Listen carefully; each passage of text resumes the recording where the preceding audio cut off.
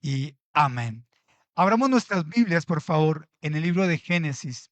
Yo les quiero pedir hoy que me acompañen a abrir cada uno de los pasajes que yo voy a leer. Y si es posible en su casa, volverlos a leer. Si es posible subrayarlos, si es posible tenerlos en cuenta, porque yo creo que es muy importante. Hace 8 días hablamos de quiénes irán en la profecía bíblica. Y también les comentaba que era necesario saber qué es el pueblo de Dios, el pueblo escogido de Dios, el pueblo de Israel en la Biblia. Porque este libro se trata básicamente de dos pueblos, el pueblo de Israel y el pueblo gentil que somos nosotros, el pueblo que por misericordia hemos sido injertados. Pero básicamente se trata de este pueblo. Dios tiene un propósito con el pueblo de Israel. Dios ha tenido un propósito. Desde el libro de Génesis hasta el libro de Apocalipsis podemos nosotros ver cómo Dios tiene un propósito, ha tenido un propósito, tendrá un propósito para el pueblo de Israel. Como les dije, abramos nuestras Biblias en el libro de Génesis, por favor, leer algunos versículos de este capítulo. Si nosotros hablar del pueblo eh, tenemos algunos términos, alguna terminología, y que yo quiero que hoy entendamos cuándo utilizamos esa terminología, cuándo es correcto usarlo, cuándo es incorrecto hacerlo. Yo quiero que entendamos el origen del pueblo de Israel desde sus inicios, desde sus comienzos. Amén. Entonces, vamos a leer el capítulo 7 y vamos al verso 13. En este mismo día entraron Noé y Sem, Cam y Jafet, hijos de Noé, la mujer de Noé y las 3 mujeres de sus hijos con él en el arca. Hasta ese tiempo, hasta allí se remonta la historia del pueblo de Israel. Desde ese momento en adelante tenemos nosotros como tal en cuanto a la etimología, en cuanto al inicio de Israel. Entonces vemos nosotros que después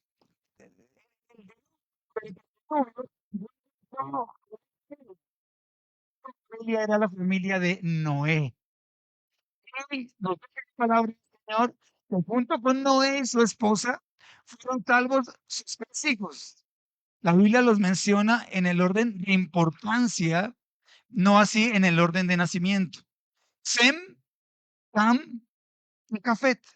Los 3 hijos de Noé que comenzaron junto con él y sus mujeres a poblar nuevamente la tierra. Entonces, vemos nosotros que hay una palabra que nace, bueno, la primera palabra que nace a través de la genealogía de Noé son los semitas. Nacen las tribus o los pueblos semitas. ¿Por qué? Son descendientes de Sem, de uno de los hijos de Noé. ¿Quiénes son los semitas?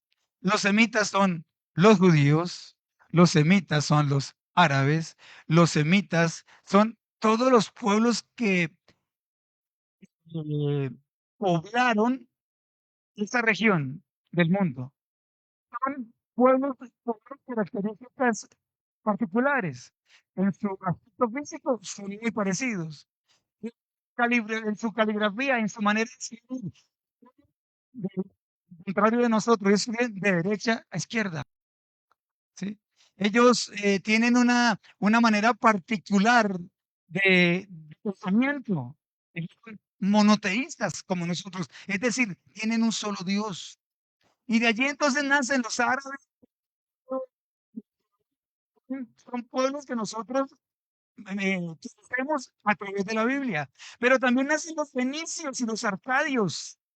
Son, como les dije a ustedes, monoteístas, pero también son nómadas. Son pueblos que no se asentaron en una región en particular, sino muchos años después. Recuerden entonces que cuando hablemos de pueblos semíticos o de lenguas semíticas o de escritura semítica, está haciendo referencia directamente a las generaciones posteriores a Sem, el hijo de Noé. Entonces estamos hablando de culturas semíticas. De eso hemos hablado en algunas ocasiones. Incluso cuando estábamos en PGU, haciendo PGU, hablamos mucho acerca de ese tipo de escritura y el tipo de cultura semítica. Amén. Ok, vamos un poco más adelante. Dejamos entonces, vamos a hacer un pequeño recorrido, muy pequeño recorrido, para entender algunas cosas. Dejamos el capítulo 7 y vamos al capítulo 11 de Génesis.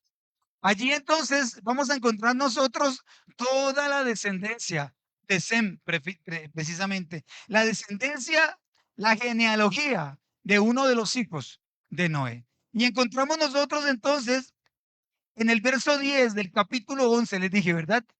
11, verso 10 dice, estas son las generaciones de Sem. Sem de edad de 100 años engendró a Sfarxat, etcétera, etcétera, etcétera. Tres generaciones después, en el verso 14, encontramos una clave, un nombre clave, y es el siguiente. Salá vivió 30 años y engendró a Eber. Eber, después de tres generaciones de Sem, viene a aparecer, entonces nosotros encontramos unas tribus hebreas, porque son descendientes de Eber. Tres generaciones después de Sem nace Eber, y Eber entra en la palestra lingüística, bueno, en todo lo que tiene que ver con la descendencia desde los hijos de Noé. Pero cinco generaciones después, recuerden entonces, tres generaciones después de Sem nace Eber, y cinco generaciones después vemos algo glorioso en el verso 26 en adelante. Dice lo siguiente: Taré vivió 70 años y engendró a Abraham. Aquí nace entonces, aparece el gran patriarca Abraham. Después su papá entonces era Taré. Y allí encontramos, allí se amplía el panorama de una manera maravillosa, porque el mismo capítulo nos da como una reseña, una corta reseña, pero es una amplia reseña de lo que ocurre con esta familia. Taré entonces engendró a Abraham. Este es el verso 27. Estas son las generaciones de Taré. Taré engendró a Abraham, a Nacor y a Arán. Arán engendró a Lot. Miren cómo empiezan a aparecer los personajes muy importantes de los cuales nosotros hemos hablado ampliamente. Y murió Arán antes que su padre Taré en la tierra de su nacimiento, en Ur de los caldeos. Comienzan entonces a aparecer personajes muy importantes, pero también un espacio geográfico. Déjame el mapa, por favor, el primer mapa. Aquí, yo no sé qué tanto pueden ustedes eh, distinguir con detalles, pero se los voy más o menos a describir. Este es el mapa de la Mesopotamia. Recuerden ustedes que en el del jardín del Edén, salían dos ríos, el, y el Tigris. Este es el río Tigris y este es el río Éufrates. Lo vamos a poner entonces ¿en dónde se ubica hoy? Donde hoy es Irak. Recuerden ustedes, donde es Irak. De ahí la importancia de esa tierra. Si ustedes recuerdan algo de lo que hace 8 días vimos, todas esas regiones están fuertemente emparentadas o fuertemente mezcladas, entrelazadas. Aquí vemos nosotros entonces a Irak y el río Tigris y el río Éufrates. La Mesopotamia es esta, toda esta es la Mesopotamia. Y este es Ur de los Caldeos. Recuerden que entonces vemos nosotros cómo aparecen personajes, pero también sitios geográficos importantísimos. De allí nace todo, de allí se desprende todo. Ur de los Caldeos. Aquí está la tierra de Canaán. Este es Egipto. Aquí fue donde estuvieron esclavos y por este lugar fue que pasaron ellos el mar a la tierra de Canaán. Ok, sigamos entonces. Aparece entonces Ur de los Caldeos. Y tomaron a Abraham y Nacor para sí mujeres. El nombre de la mujer de Abraham era Sarai. Y el nombre de la mujer de Nacor, Milca, hija de Arán, padre de Milca y de Isca. Mas Sarai era estéril y no tenía hijo. Dice el 31. Y tomó tarea a Abraham, su hijo, y a Lot, hijo de Arán, hijo de su hijo, y a Sarai, su nuera, mujer de Abraham, su hijo. Y salió con ellos de Ur de los caldeos para ir a la tierra de Canaán, y vinieron hasta Arán y se quedaron. Uy, wow. Dios tenía un propósito con una familia que se convirtió en una familia que se convirtió en una nación y que finalmente su propósito se extendió al mundo entero. Y si vemos hoy, después de miles de años, cómo esta pequeña familia, miren, era una pequeña familia. Era Taré, su hijo, su sobrino, sus mujeres, y llegaron y pasaron de Ur de los Caldeos a Arán. Y allí sucede algo muy grande, muy poderoso. Capítulo 12, verso 1. Pero Jehová había dicho a Abraham, no a Taré, no a nadie más de su familia. Dentro de una familia, pequeña familia, Dios tenía un propósito con un hombre, con la familia de ese hombre. Pero Jehová había dicho a Abraham, vete de tu tierra y de tu parentela. Recuerden que ellos salieron de Ur de los Caldeos como una familia. Estaba en el núcleo familiar, con su gente, con su cultura, con su comida, con sus costumbres.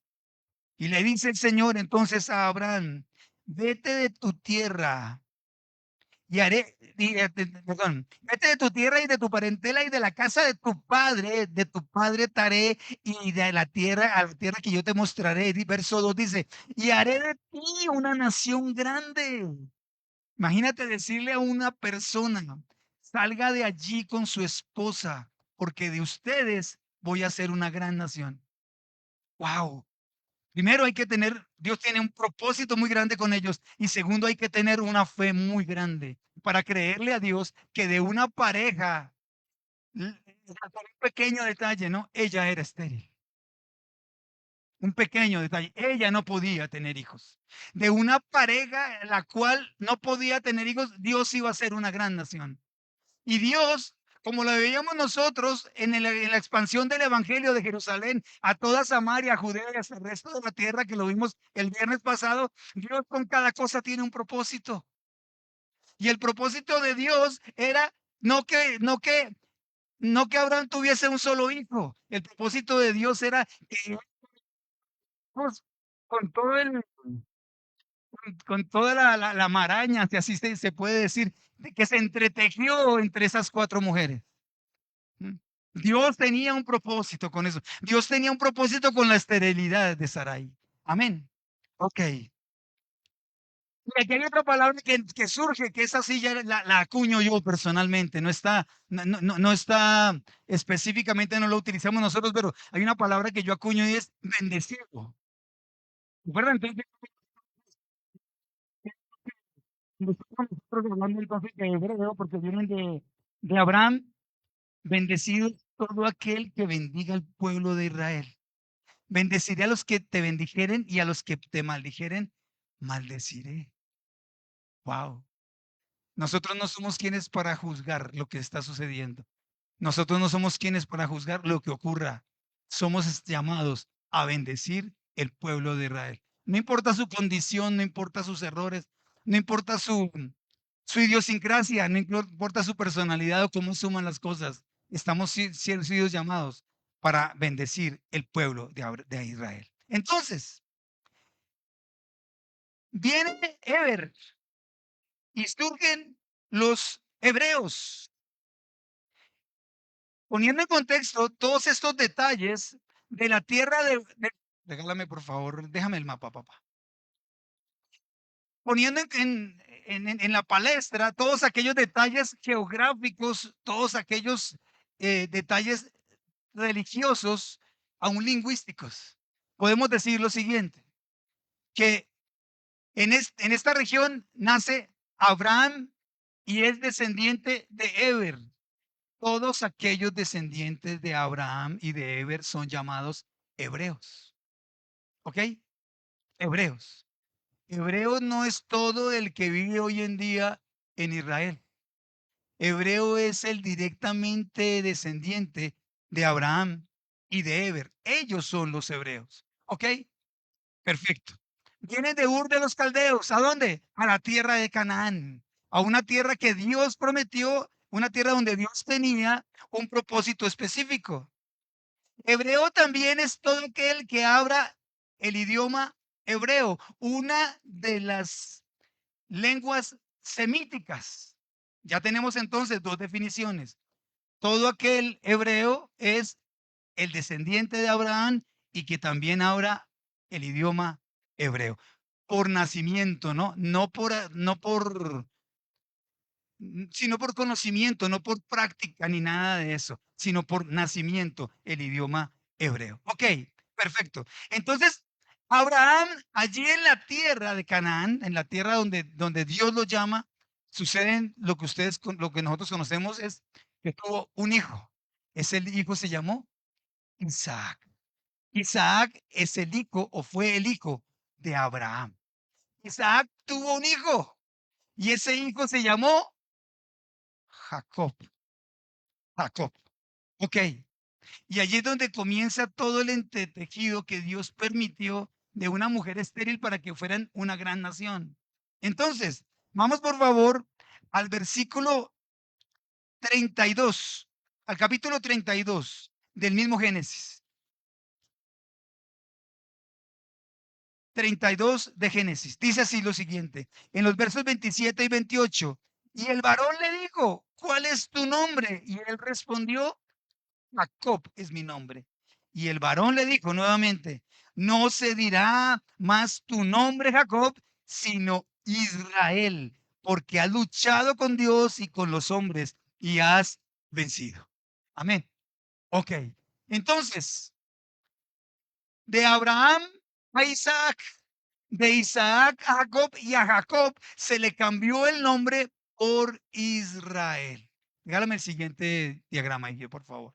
Y aquí vemos nosotros entonces que Jacob tuvo 12 hijos. Ya hemos hablado de cómo sucedieron las cosas.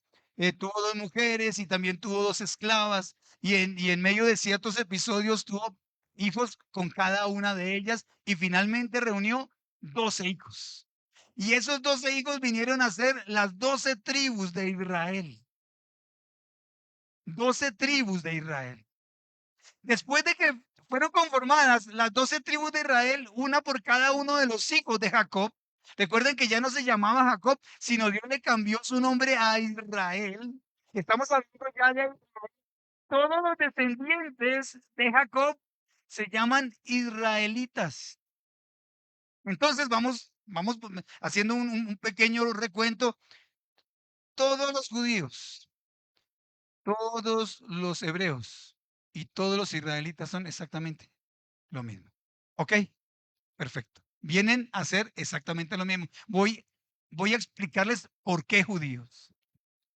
Entonces, las 12 tribus de Israel conforman después del tiempo un reino que se fue expandiendo grandemente. Pero ese reino se dividió en dos, el reino del norte y el reino del sur. En el reino del norte, que se llamó Israel, hubo 10 tribus que a la larga fueron conquistadas por los asirios y los llamamos nosotros como las 10 tribus perdidas de Israel.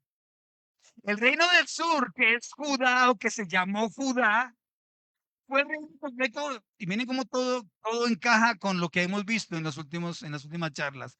El reino del sur fue conquistado por los babilonios. Allí entra Nabucodonosor. Recordemos entonces, reino del norte conquistado por los asirios, reino del sur conquistado por los babilonios. ¿Qué ocurrió entonces? Cuando los asirios conquistaron las 10 tribus del norte, muchas de esas tribus, por temor, descendieron a Judá, que era la tribu del sur, básicamente la tribu de Judá, de Simeón, y algunos levitas se quedaron allí. en la tribu de Judá. Pero de las demás tribus migraron hacia el sur.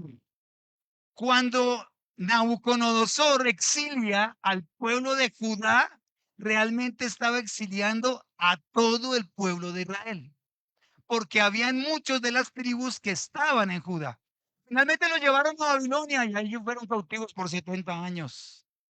Salen de Babilonia, el reino dividido, y empieza otro periodo, un periodo muy grande, el periodo de los jueces y luego el periodo de los reyes. No querían a Dios como rey, querían un rey como todos los pueblos del mundo conocido. Así que hicieron nombrar un rey y ese primer rey fue Saúl. Saúl predes- predecesor de David y David predecesor de Salomón. Uno de los hijos, ahí vamos, me están siguiendo. Uno de los hijos, uno de los hijos de Salomón, el rey Roboam, ¿sí? Allí fue donde se dividió el reino en dos. Pendientes entonces, muy importante, en el reinado de Roboam fue que se divide el reino. Los que dominan o subyugan el reino del norte y los babilonios el reino del sur. Cuando, cuando finalmente todo ese pueblo logra la libertad a través del rey Ciro, recuerden que un rey pagano, un rey que les permitió a ellos reconstruir nuevamente la ciudad, no así el templo, pero sí la ciudad. Entonces, estando allí en ese periodo, un periodo muy duro, un periodo de una necesidad, imagínate 70 años en exilio. ¿Sí? Uno de los exiliados, recuerden a ustedes, hace 8 días, que hubo 3 migraciones de exiliados hacia Babilonia. En la primera migración que hubo, en el 596, 597 antes de Cristo, exiliaron entonces a Daniel. Y esto es muy importante que lo entendamos. El profeta Daniel fue uno que fue exiliado a Babilonia. Daniel, como muchos otros, estaba llorando por su ciudad. Estaba llorando porque habían sido derrumbados los muros, porque las puertas de la ciudad habían sido quemadas y él estaba pidiendo a Dios que hiciera algo grande. Entonces vamos a saltar del libro de Génesis al libro de Daniel, por favor. Porque a Daniel se le dice básicamente cuál es el propósito de Dios con el pueblo de Israel. Dios tiene un propósito con ellos. Dios tiene un plan trazado y se lo describe. Yo creo que es la profecía junto con la de Nabucodonosor, las dos profecías más grandes. Bueno, claro que si nos podemos hablar de profecía, la profecía es algo muy hermoso, pero una de las más grandes que describe desde el reino de Babilonia hasta el tiempo de hoy, toda la historia de los judíos se la dio el profeta Daniel. Vamos al libro de Daniel y vamos por favor al capítulo 9 del libro de Daniel. Entonces, un pequeño resumen. Todo judío es descendiente del pueblo de Israel, porque a la tribu de Judá. Por eso, en el libro de capítulo 2, verso 5, encontramos la primera vez que se conoció judíos. Esther, capítulo 2, verso 5. Todo aquel que es descendiente de Abraham y que tiene como lengua materna el hebreo, se llama hebreo. Todo habitante del Estado de Israel, por favor, esto es muy importante. Todo habitante del Estado de Israel, del actual Estado de Israel, se llama israelí, no israelita. Los israelitas son los descendientes de Israel. Todo israelí es descendiente que hoy hace parte del Estado de Israel, fundado en el 14 de mayo de 1948. En Israel, en el Israel de hoy, no solamente hay hebreos. En el Israel de hoy hay árabes, hay cristianos y de otras muchas más denominaciones. ¿Ok?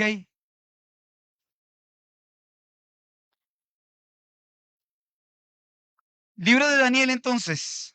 Vamos a leer a partir del verso 26. Regálame el tercero de los gráficos, por favor, hijito. Y a Daniel se le da entonces la, la profecía más grande, el plan de Dios, la estructura de lo que Dios tiene planeado para el pueblo de Israel desde Babilonia, desde el exilio babilónico hasta el día de hoy. Es más, mucho más allá del día de hoy. Y dice así entonces la palabra del Señor. Verso 24, les dije 20, 24, desde el verso 24 dice, 70 semanas están determinadas sobre tu pueblo, es decir, sobre el pueblo de Israel, y sobre tu santa ciudad, es decir, sobre Jerusalén. Para terminar, había unos propósitos específicos. Para terminar la prevaricación y poner fin al pecado y expiar la iniquidad, para traer la justicia perdurable y sellar la visión y la profecía y ungir al santo de los santos. Ese era el propósito, o es el propósito de Dios para el pueblo de Israel. 70 semanas de años están dictaminadas como un plan profético. Todo lo que ocurra con el pueblo de Israel, lo que está ocurriendo hoy con el pueblo de Israel y lo que ocurrirá directamente.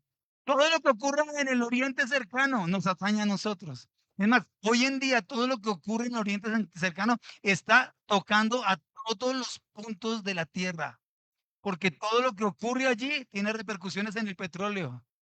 Impresionante cómo Dios, con un recurso natural, puso, puso quería poner a los árabes en un lado, los judíos en el otro, el mundo oriental en un lado y el mundo occidental en el otro. Dios tiene ya todo, todo su ajedrez escatológico diseñado para lo que viene en los próximos tiempos. Entonces, 70 semanas están determinadas para el pueblo de Israel. Y el número, el versículo 25 dice, sabe pues y entiende. Yo analizaba esta frase, sabe pues y entiende, porque pues no es fácil de entenderlo.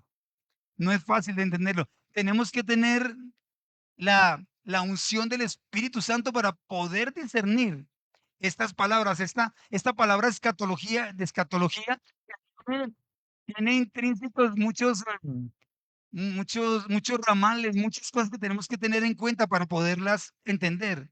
¿Sabe pues y entiende que desde la salida de la orden para restaurar y edificar Jerusalén, recuerden que Daniel estaba en Babilonia en el exilio y que en el momento en que llega esta profecía, Jerusalén estaba quemada, sus puertas y sus muros estaban caídos. Le dice entonces, se le dice a Daniel que la profecía comienza, las 70 semanas comienzan desde la orden que se da para la reconstrucción de Jerusalén. Esta reconstrucción la hizo el rey Altajer, que lo vemos en Nehemías capítulo 2, verso 1 al 8 en el año 445 antes de Cristo. Fue la primera vez que el rey Artajerjes da la orden para la reconstrucción. Recuerden entonces que ellos, Esdras y Nehemías, ellos reconstruyen, recogen toda la información, recogen todos los materiales para poder reconstruir la ciudad. A partir de esa fecha, 445 antes de Cristo, comienzan las 70 semanas. Y dice, desde la salida de la orden para restaurar y edificar a Jerusalén hasta Jesucristo el Mesías, habrá 7 semanas y 62 semanas. Vemos nosotros entonces en este gráfico, no sé si lo alcanzan a a ver bien. Estas son las 69 semanas, 7 semanas más 62 semanas. Comenzaron en el año 445 antes de Cristo y terminaron cuando el Señor Jesucristo es crucificado en la cruz del Calvario. Si nosotros lo hacemos por años, son 49 años más 434 años que se tomó desde la salida de la orden de Artajerjes hasta el Señor Jesucristo. Si lo hacemos meticulosamente, llegamos más o menos al año 30 de la era cristiana. Más o menos, porque no tenemos las fechas específicas exactas, pero históricamente lo podemos hacer de esa manera. Llegamos más o menos al año 30 de esta era. Había un propósito, que se le quitara, que se quitara a Jesús de en medio de la tierra. ¿Para qué? Miren esto. Hasta el Mesías príncipe habrá 7 semanas y 62 semanas y se volverá a edificar la plaza y el muro en tiempos angustiosos. De una manera prodigiosa y exacta, el tiempo que le tomó a Nehemías y a Esdras para edificar nuevamente a Jerusalén fueron exactamente 49 años.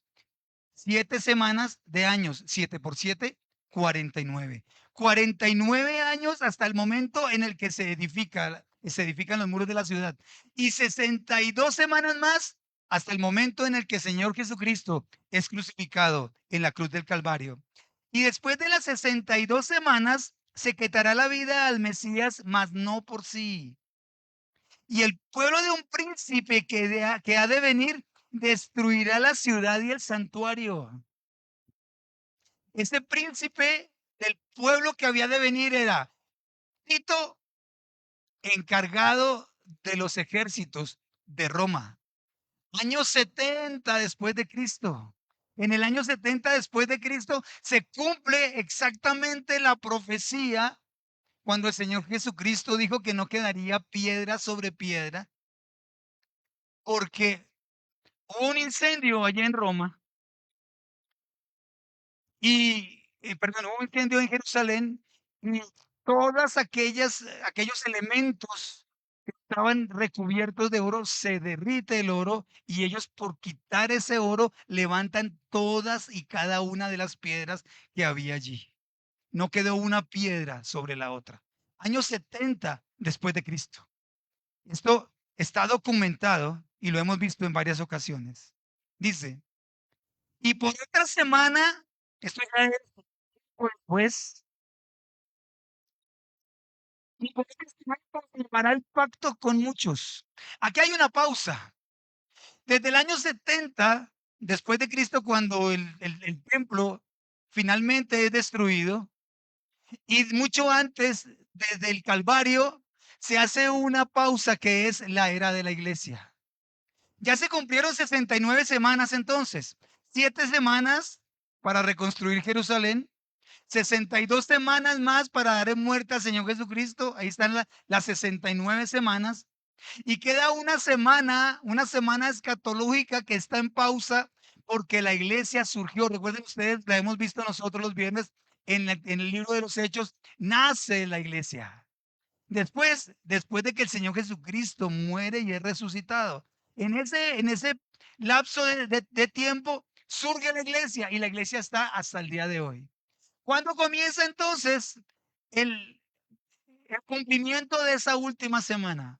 Cuando la iglesia sea quitada. Recuerden que se pausa el tiempo cuando la iglesia surge y comenzará nuevamente a seguir el reloj de Dios cuando la iglesia sea quitada de la tierra. Nosotros, la iglesia, el pueblo injertado, somos los que estamos deteniendo que todos estos acontecimientos se desborden en el final de los tiempos. Queda una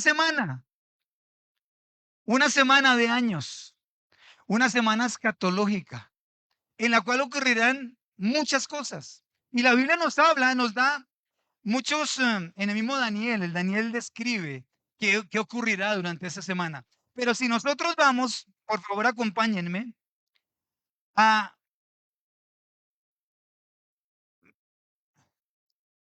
no, dejémoslo en el verso 27, por favor, que me falta una parte aquí. Y por otra semana confirmará el pacto con muchos. A la mitad de la semana hará cesar el sacrificio y la ofrenda. Después, con la muchedumbre de las abominaciones, vendrá el desolador hasta que venga la consumación y lo que está determinado se derrame sobre el desolador. Aquí habla de un personaje, el desolador. Todos coincidimos en que será el anticristo. 7 años en donde cuando la iglesia sea quitada, aparecerá este hombre que es un personaje que tendrá poder mundial. Y este hombre unificará la economía, unificará la política, unificará la religión y habrá un camino expedito para que él gobierne en el mundo entero.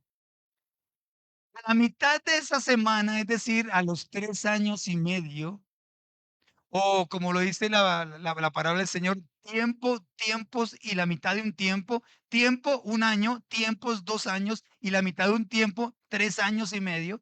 Cuando se nos hable de 3 años y medio o tiempo, tiempos y la mitad de un tiempo, cuando se nos hable también de 1260 días, estamos hablando exactamente de 3 años y medio. A los 3 años y medio de esta semana escatológica, este personaje se revelará exactamente como es.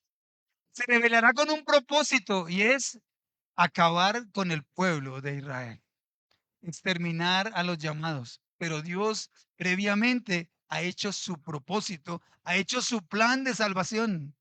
Y todo lo que está ocurriendo hoy es con ese propósito. A lo suyo vino y los suyos no le recibieron. Oh Jerusalén, que matas a los profetas y apedreas a los que se te son enviados, porque Jerusalén nunca quiso, no ha querido, pero querrá recibir a Jesucristo como la única opción de salvación. Algo que la iglesia ya recibió, algo que nosotros ya entendimos, algo que nosotros estamos viviendo. Cada uno de nosotros ha recibido o hemos recibido a Cristo como nuestro Salvador, la única opción de recibir salvación. Es nuestro Mesías enviado, pero el pueblo de Israel así no lo ha entendido. Es un plan de salvación para ellos. Por eso Dios va a permitir esta semana de años que falta, que es una semana de gran tribulación, una semana en donde se van a ver ellos cada vez en más estrecho y van a tener que finalmente llamar a ese hombre de pecado, al hijo de perdición, a ese desolador y hacer un pacto con él. Un pacto en donde el anticristo les va a prometer a ellos salvación de sus enemigos. Allí es donde entran las profecías de Daniel, de Ezequiel, de Oseas. Cuando el pueblo de Israel se encuentra en estrecho, firma un pacto de paz y seguridad con el anticristo. Y a la mitad de ese pacto es cuando comienza la abominación desoladora. Mateo capítulo 24, verso 15. El mismo Señor Jesucristo menciona al profeta Daniel. La abominación desoladora de que habla el profeta Daniel. La abominación desoladora en donde aquel personaje muy probablemente va a estar en el templo haciéndose pasar por Dios. Muy probablemente va a hacer sacrificios inmundos allí en el lugar donde se hacen permanentemente los sacrificios. Y el plan de Dios tendrá sentido. Me parece muy hermoso. Este libro de Zacarías, por favor, acompáñenme. Libro de Zacarías. Vamos a leer algunos apartes del capítulo 12, por favor, del libro de Zacarías. Y habla Dios acerca de la liberación futura de Jerusalén. Vuelvo y digo, por favor, atiéndanme esto. Hay un propósito en todo esto. Dios utiliza el sufrimiento para formarnos. Dios utiliza el sufrimiento para hacernos entender. Las cosas que nosotros entendemos o aprendemos en el dolor, no las aprendemos de ninguna otra manera. Y el pueblo de Israel no es la excepción. Ellos no son la excepción. No han querido entenderlo. No lo pueden entender aún. Pero Dios tiene un plan de redención para ellos. Miren lo que dice, por favor. Zacarías capítulo 12. Verso 1. Profecía de la palabra de Jehová acerca de Israel, es decir, del pueblo de Dios, de los judíos, ¿ok? Acerca de Israel. Jehová que extiende los cielos y funda la tierra y forma el espíritu del hombre dentro de él, ha dicho, mira, mira cómo Dios se describe. Es el Dios de los cielos, el Dios de la creación, el Dios que puso espíritu en nosotros, quien está hablando. No es otro Dios hecho por mano de hombre. Voy a repetirlo. Profecía de la palabra de Jehová acerca de Israel. Jehová que extiende los cielos y funda la tierra y forma el espíritu del hombre dentro de él. Ha dicho, verso 2. He aquí, yo pongo a Jerusalén por copa que hará temblar a todos los pueblos de alrededor contra Judá en el sitio contra Jerusalén. Se está viviendo hoy. El epicentro de todos los problemas de las naciones en el mundo es Jerusalén. Todos tienen que hablar algo de Jerusalén. Por eso yo me vi hoy en la obligación, es una obligación moral que yo tengo, de que sepamos nosotros distinguir que Él es el pueblo de Israel, cuáles son los judíos, cuáles son los hebreos, cuál es el idioma de ellos, cuál es su cultura y cuál es nuestra obligación frente a ellos. Nuestra obligación, la obligación del pueblo de Dios es bendecir a Israel. Esa es nuestra obligación. En muchos lugares se ha levantado unos movimientos. Voy a enumerarlos, algunos de ellos. Antisemitismo. Nadie quiere saber de los semitas judíos descendientes de Sem. Antisionismo. Veamos primero qué es sionista. Yo no sé cuántos sionistas hay aquí. Yo soy sionista. Sionista todo es todo aquel que propende porque el pueblo descendiente de Abraham tenga un espacio territorial y sea en una nación. Eso ocurrió desde el 14 de mayo de 1948 y nosotros tenemos la obligación de aceptarlo y de apoyarlo, de ser sionistas. No sé si han escuchado ustedes esos comentarios que se han levantado, incluyendo nuestro país, en contra de muchas cosas de los judíos. Bendeciré a los que te bendigan y maldeciré a los que te maldigan. Pienso que es una decisión de cada corazón, ¿verdad? Es una decisión que está en el fuero interno de cada uno. Y que yo no puedo, yo lo único que te puedo decir es expresarte lo que dice la palabra, pero está en ti acogerlo o no hacerlo. Amén. Ok, perfecto. Dice entonces, y aquí que yo pongo a Jerusalén por copa que hará temblar a todos los pueblos alrededor contra Judá en el sitio contra Jerusalén.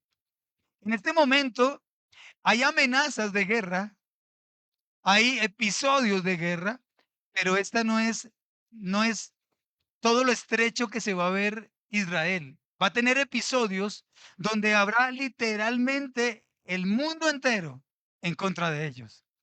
En lo político, en lo económico, en lo armamentístico, porque no sabemos en qué momento o hasta qué episodio de la era que estamos viviendo tenga el apoyo de los Estados Unidos. Recuerden ustedes que el único país que abiertamente los apoya son Estados Unidos. Un apoyo irrestricto hasta el momento. Vuelvo y repito, hasta el momento. No sé si de pronto el próximo gobierno de los Estados Unidos, ¿sí?, los apoye.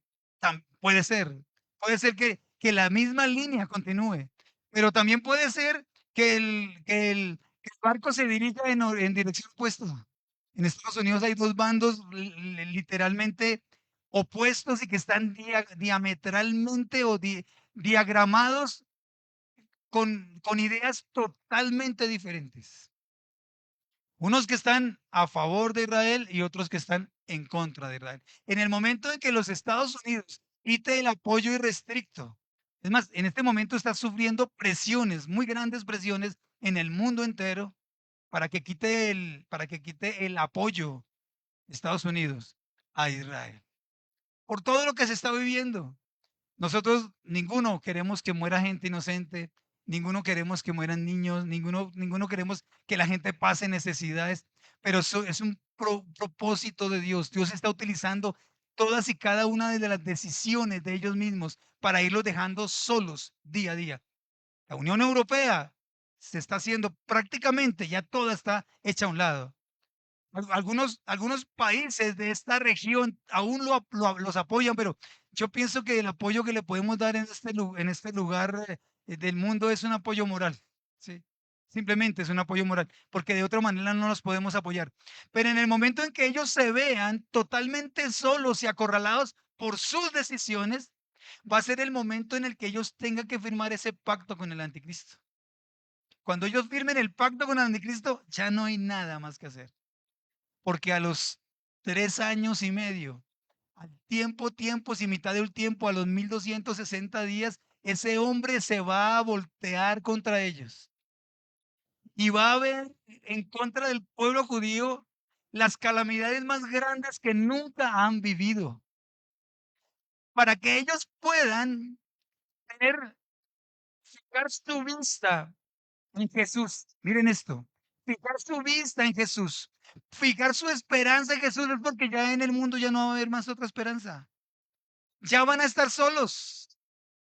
Y entonces las naciones que dice Ezequiel capítulo 37, todo el mundo musulmán en contra de una sola nación, de una pequeña nación en el mundo entero, cuando estén ellos en contra del pueblo judío, de la nación hebrea, podemos hablar con términos, ¿verdad? Ya podemos entender a qué nos referimos con cada uno de estos términos de los israelitas, de los israelíes que viven en este momento allí. Podemos utilizarlo dependiendo el contexto, podemos utilizar la palabra adecuada.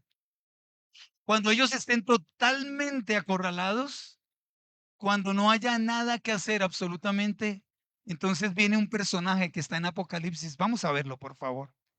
Apocalipsis capítulo 19.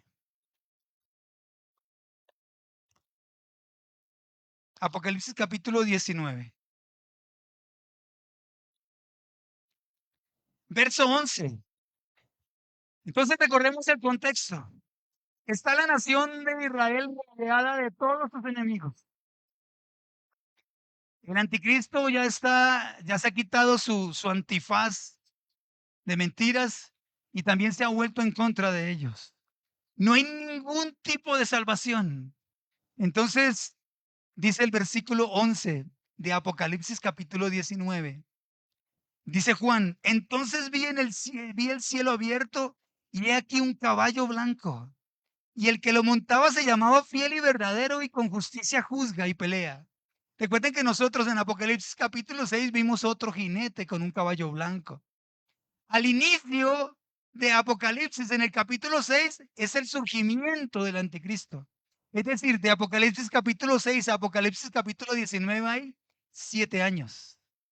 En el capítulo 6 surge el anticristo, comienza el tiempo de dolores. En el capítulo 19 viene la solución del cielo, porque aquí en la tierra no va a haber solución.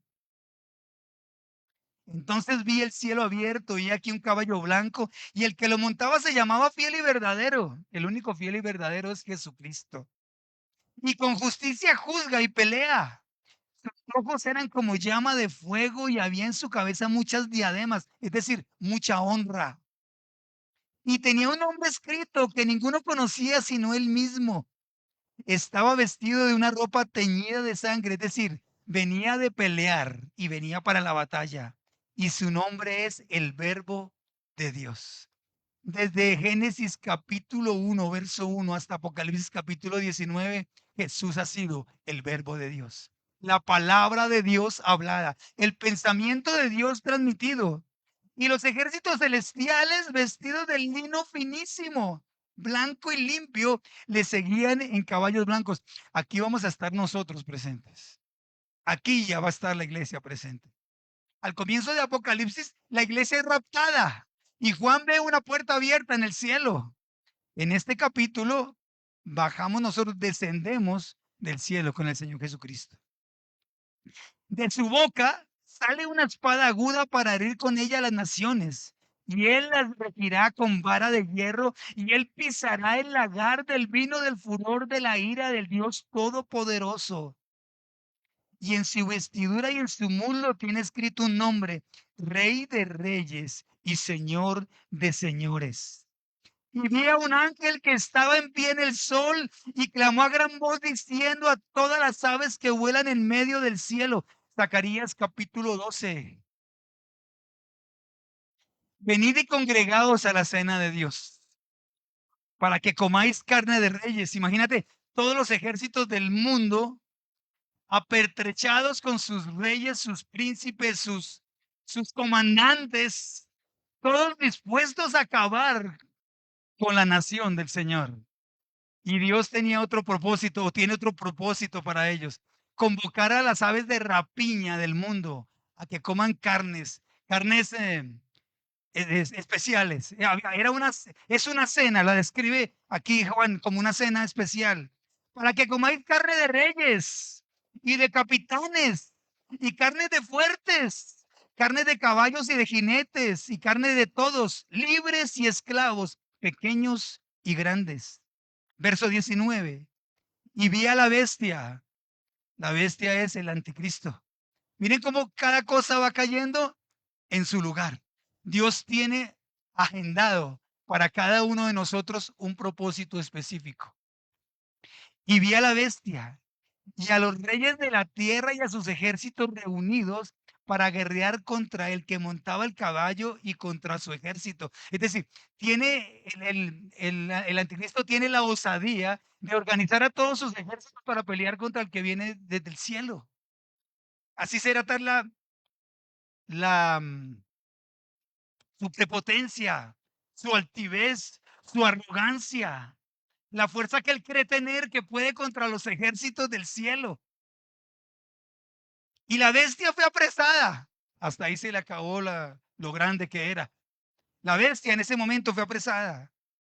Y con ella el falso profeta. La bestia es el anticristo y el falso profeta, aquel hombre que propició la llegada del anticristo aquí a la tierra. Y para ambos hay un fin específico. Y la bestia fue apresada y con ella el falso profeta, que había hecho delante de ella las señales con las cuales había engañado a los que recibieron la marca de la bestia y habían adorado su imagen. Estos dos fueron lanzados vivos dentro de un lago de fuego que arde con azufre. Y los demás que fueron muertos con la espada que salía de la boca del que montaba el caballo, y todas las aves se saciaron de las carnes de ellos. Dios tiene un plan de redención para Israel. Y el plan de redención para Israel también incluye el dolor, la angustia, muerte, el sometimiento de otras naciones. Israel ha sido durante toda la historia conocida de la humanidad subyugado por otros pueblos. Finalmente, dice que al anticristo se le da autoridad en el capítulo 16, 17, se le da autoridad de pelear contra los santos y destruirlos. Allí está también todos aquellos judíos que reconocieron a Cristo y murieron por él. Hay una restauración para Israel. Hay un propósito para ellos. Dios en Zacarías capítulo 12 nos dice cómo va a ser la restauración de todas las áreas de Israel. Dios tiene un propósito para ellos. Todo esto que nosotros estamos viendo es el cumplimiento de un reloj profético. Pero quiero que tengamos algo muy presente. Estamos viviendo los últimos instantes del reloj profético en donde la iglesia hace parte de la tierra. El reloj profético de Dios para la nación de Israel continuará. Sus horas, sus minutos, sus días y sus meses y aún sus años seguirán, pero la iglesia ya no estará presente. Nosotros en cualquier momento seremos arrebatados y el reloj profético de Dios continuará con la nación de Israel. y vendrá dolor y vendrá llanto. Pero recuerden también, por favor, esto.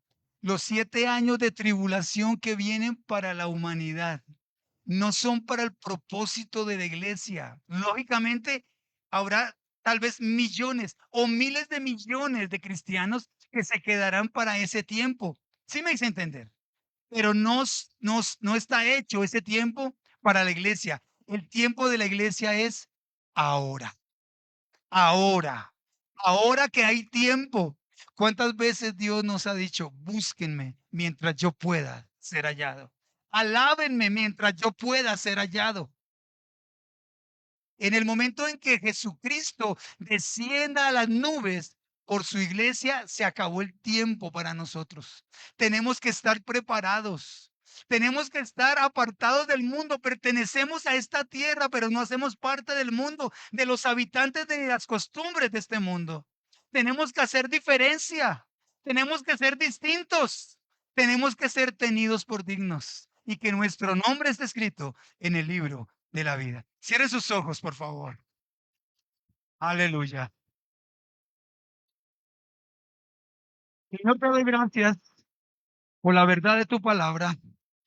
Gracias, Señor, porque aun cuando lo hacemos de una manera muy somera, tu palabra nos indica que hay un propósito tuyo para la nación de Israel, que hay un propósito tuyo para los enemigos de Israel, que hay un propósito tuyo para nosotros como iglesia. Ayúdanos a entender, Señor, el propósito y estar preparados dentro de ese propósito, Padre maravilloso. Te pido por favor que tú te glorifiques en nuestras vidas. Danos el temor de vivir todos los días, Señor, en santidad. Danos el temor de vivir todos los días preparados. Porque no sabemos cuál va a ser nuestro último día.